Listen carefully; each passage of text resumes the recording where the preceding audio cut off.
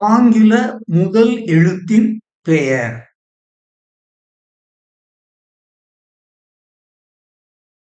இதுதான் ஆங்கில முதல் எழுத்து. இந்த எழுத்தினுடைய பெயர் எய்.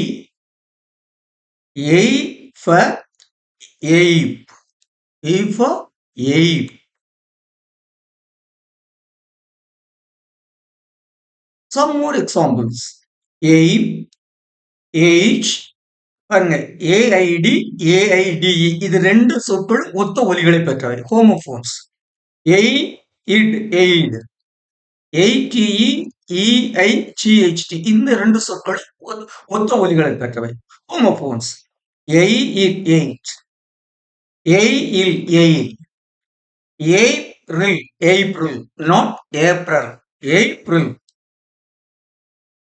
எய், இச், எச்.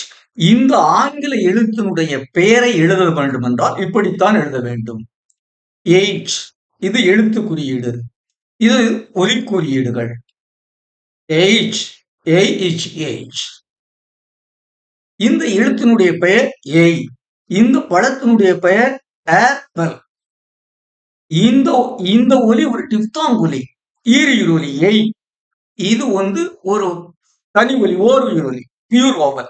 எனவே ஏய்ப ஆப்பிள் என்று எடுத்துக்காட்டு கூறுவது பொருத்தமற்ற எடுத்துக்காட்டாகும்.